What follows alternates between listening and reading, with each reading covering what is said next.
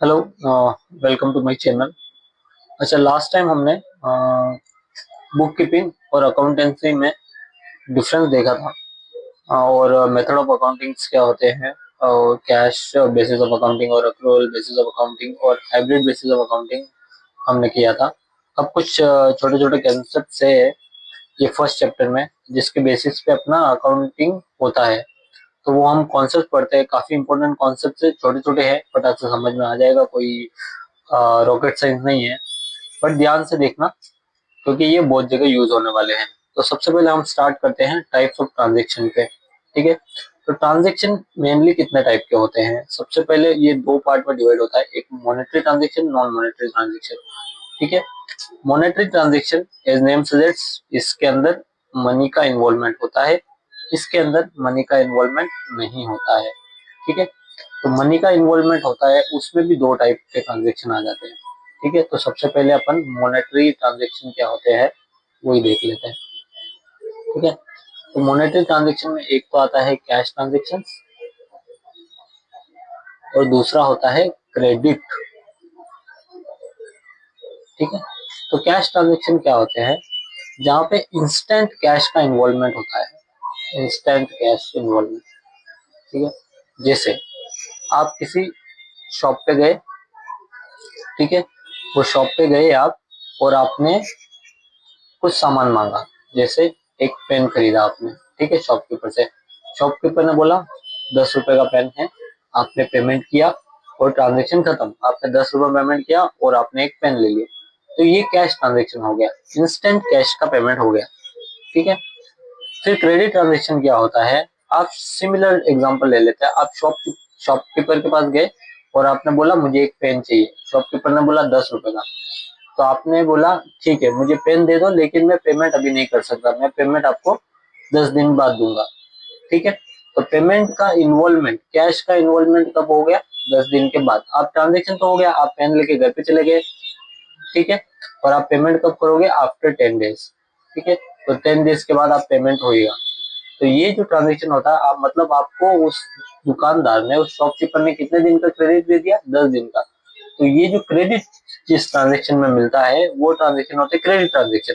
और जिसमें instant cash का इन्वॉल्वमेंट होता है वो ट्रांजेक्शन होता है कैश ट्रांजेक्शन। अभी दूसरा टाइप होता है नॉन मॉनेटरी ट्रांजेक्शन। ठीक है। नॉन मॉनेटरी ट्रांजेक्शन, इसमें कैश का इन्वॉल्वमेंट नहीं होता, पैसा नहीं देते हैं हम। इसमें बार्टर ट्रांजेक्शन आते हैं। ठीक है। बार्टर ट्रांजेक्शन क्या हो गया? आपके पास कुछ सामान है, सपोज करो आपके पास पेन है, ठीक है, और आपको नोटबुक चाहिए। तो आपने क्या किया? दुकानदार के पास नोटबुक था, आपने बोला मेरे पास बहुत सारे पेन पड़े हैं, मैं तेरे को पेन दे देता हूँ। ठीक है। तो उसको 10 पेन दे दिया, उसके बदले में एक नोटबुक ले लिया। ठीक है। तो यहाँ पे कैश का इन्वॉल्वमेंट है नहीं, आपने एक सामान के बदले दूसरा सामान खरीदा, एक्सचेंज ट्रांजेक्शन हो गए। आपके पास कार है, आपने कार दे दी, उसके बदले में आपने कुछ सामान ले लिया। ठीक है। ऐसे पास्ट में बहुत होते थे ऐसे वाले ट्रांजेक्शन, अभी भी होते हैं। बार्टर ट्रांजेक्शन, जैसे कोई बिजनेस है, रियल एस्टेट का बिजनेस है, ठीक है, तो रियल एस्टेट के बिजनेस में क्या होता है, बहुत जगह मुंबई में हो रहा है। एक कॉन्ट्रैक्टर है, ठीक है, एक कॉन्ट्रैक्टर को रियल एस्टेट बिजनेस ने, मतलब बिल्डर ने एक कॉन्ट्रैक्ट दिया कि मेरे को ये एक बिल्डिंग बना के देना है। ठीक है, ये बिल्डिंग बना के देना है। तो थोड़े टाइम तक तो उसने पेमेंट किया, फिर उसके पास पेमेंट नहीं था, या कुछ कैश का क्रंच आ गया बिजनेस में, तो उसने क्या बोला, ठीक है, तो अभी 2 फ्लोर बना दे। ठीक है, 2 फ्लोर बना दे, मैं तेरे को पेमेंट नहीं करूंगा, लेकिन ये बिल्डिंग में एक फ्लैट ले ले। ठीक है। तो सपोज करो एक 2 BHK फ्लैट दे दूंगा। तो इसमें क्या हुआ, कॉन्ट्रैक्टर ने 2 फ्लोर बना के दिए, और उस बिल्डिंग में एक 2 BHK फ्लैट बिल्डर ने उसको दे दिया। कैश का इन्वॉल्वमेंट नहीं है, लेकिन ट्रांजेक्शन हो गया। ठीक है, दोनों को अपना अपना जो बेनिफिट्स था वो मिल गया, दोनों को काम हो गया। तो ये होता है बार्टर ट्रांजेक्शन या नॉन मॉनेटरी ट्रांजेक्शन। ठीक है। तो समझा, मॉनेटरी ट्रांजेक्शन में कैश का इन्वॉल्वमेंट होता है, उसमें भी दो टाइप है, एक कैश ट्रांजेक्शन, एक क्रेडिट ट्रांजेक्शन। कैश में इंस्टेंट कैश का इन्वॉल्वमेंट होता है, क्रेडिट ट्रांजेक्शन में कुछ दिन का क्रेडिट मिल जाता है। और non monetary transaction barter transaction होते हैं, जिसमें कैश का इन्वॉल्वमेंट नहीं होता है। ठीक है। तो यही है, एक बार ये पढ़ लेना। कैश ट्रांजेक्शन में जैसे लिखा है cash is paid, credit transaction में कैश इज नॉट पेड और रिसीव्ड इमीडिएटली। बट जब वो एट अ लेटर डेट अपन कैश पेमेंट करते हैं। और नॉन मॉनेटरी ट्रांजेक्शन तो जिसमें कैश और कैश का कोई भी इन्वॉल्वमेंट नहीं होता है, does not involve exchange of money और मनी वर्ड। ठीक है, तो ये हो गए आपके दो ट्रांजेक्शन, मॉनेटरी और नॉन मॉनेटरी ट्रांजेक्शन। अभी हम एक कॉन्सेप्ट देखते हैं, कैपिटल क्या होता है और ड्रॉइंग्स क्या होता है। ठीक ठीक है, तो 1 सेकेंड, अभी हम समझते हैं कैपिटल और ड्राइंग्स में क्या फर्क है, ये इनका मीनिंग क्या है, क्या होता है। ठीक है, एक एग्जांपल से समझा देता हूँ मैं। सबसे पहले सपोज करो एक बिजनेसमैन है, उसका हम कुछ भी नाम ले लेते हैं। ठीक है, सपोज करो मिस्टर एक्स। अभी मिस्टर एक्स के दिमाग में एक आइडिया आया कि मेरे को एक बिजनेस चालू करना है। ठीक है, अब बिजनेस कौन सा चालू करना है उसको, उसने बोला मैं पेन का मैन्युफैक्चरिंग करूंगा। ठीक है, पेन का मैन्युफैक्चरिंग चालू करना है उसको, तो उसने एक बिजनेस चालू किया। बिजनेस में वो पेन मैन्युफैक्चर करेगा। ठीक है, अब पेन मैन्युफैक्चर करने के लिए उसने एक एनालिसिस किया कि मेरे को एक मशीनरी लगेगा। ठीक है, जो पेन बनाता है। ठीक है, वो मशीनरी का कॉस्ट सपोज 50,000 आएगा। ठीक है, अब उसने देखा मेरे को कुछ और भी मटेरियल्स लगेंगे। ठीक है, पेन के जो मटेरियल्स होते हैं मशीनरी में तो बन जाएगा, मटेरियल भी लगेगा, तो वो मटेरियल सपोज करो 10,000 का आएगा। ठीक है, तो ये दो प्रोडक्ट से उसका बिजनेस चालू हो जाएगा। तो टोटल कितना हो गया, 60,000। तो इसने क्या किया, मिस्टर एक्स ने 60,000 बिजनेस में इन्वेस्ट किया। ठीक है, तो ये उसका बिजनेस है। ठीक है, एक्स एंटरप्राइजेस पकड़ लो। ठीक है, एक्स एंटरप्राइजेस उसके बिजनेस का नाम है। तो उसने 60,000 रुपया बिजनेस में डाला। अब इससे 60,000 का क्या काम किया, उसने एक मशीनरी खरीदा, एक मटेरियल खरीदा। अभी उसका बिजनेस चालू हो गया। तो ये जो कैपिटल है, ये जो अमाउंट उसने इन्वेस्ट किया है बिजनेस में, ये अमाउंट को हम बोलते हैं कैपिटल। ठीक है, तो हम जनरली ऑर्डिनरी सेंस में हम यूज करते हैं वर्ड की कितना कैपिटल लगा है, ये वही कैपिटल है। बिजनेस में जितना पैसा ओनर ने लगाया है वो पैसे को हम बोलते हैं कैपिटल। अब इसको डिराइव करने का दो तरीका है। एक तो आपको पता है आपने कितना पैसा डाला, आपके बैंक से जो भी पैसा गया है बिजनेस करने के लिए वो सब पैसा कैपिटल है।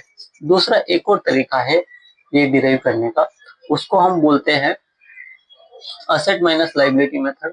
ठीक है, तो असेट माइनस लाइबिलिटी मेथड क्या होता है, हम बाद में चल के जब बैलेंस शीट देखेंगे, बैलेंस शीट क्या होता है, फाइनल अकाउंट करेंगे, आपका एक चैप्टर है फाइनल अकाउंट का, तो इस तरीके का एक बैलेंस शीट बनाना सीखेंगे टी फॉर्मेट में। उसमें क्या होता है, ये जो कैपिटल है, जो पैसा हम डालेंगे वो इधर दिखेगा कैपिटल अकाउंट में। ठीक है, वो 60,000 उसने डाला।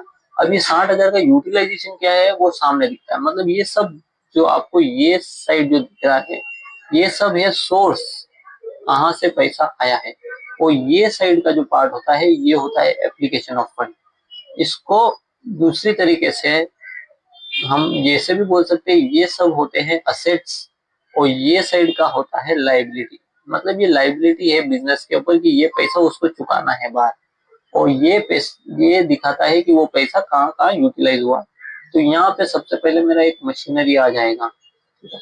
तो ये मशीनरी में 50,000 दिखेगा। मटेरियल यहाँ पे नहीं आता, उसका भी एक तरीका है कैसे डिराइव करते हैं मटेरियल का, वो हम अकाउंटिंग एंट्री में देखेंगे। बट सपोज करो ये मटेरियल भी इधर आ गया, तो ये कैसे हुआ, ये असेट हो गया मेरा, 60,000 का मेरे पास असेट है, और उसमें से आउटसाइड लाइबिलिटी को लेस करना। इसके अलावा कैपिटल के अलावा कोई भी लाइबिलिटी है मेरी, तो वो सब लेस हो जाएगा। तो this minus this is my capital. ठीक है, तो ये तरीका है। बट कैपिटल जो ओनर्स ने अमाउंट इन्वेस्ट किया बिजनेस में, उसको हम कैपिटल बोलते हैं। The total amount invested into the business by the owner is called capital। और ये वो दूसरा तरीके से हम निकालते हैं जो।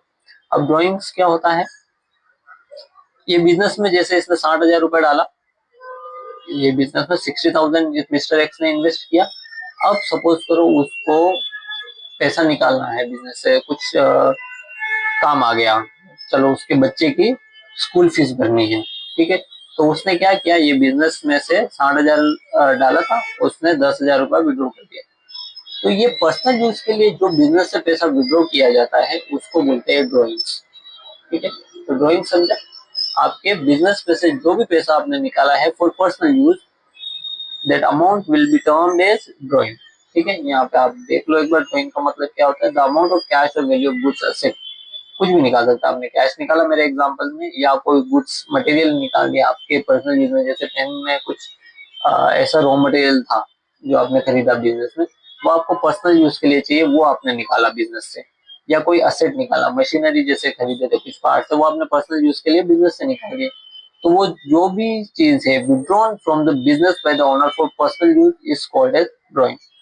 ठीक है, तो हमने टाइप ऑफ ट्रांजेक्शन देखा, मॉनेटरी नॉन मॉनेटरी ट्रांजेक्शन क्या होता है, कैपिटल अकाउंट क्या होता है, ड्राइंग अकाउंट क्या होता है, ये देखा। अभी कुछ छोटे छोटे कॉन्सेप्ट और हैं, ये हम नेक्स्ट वीडियो में करेंगे। Thank you.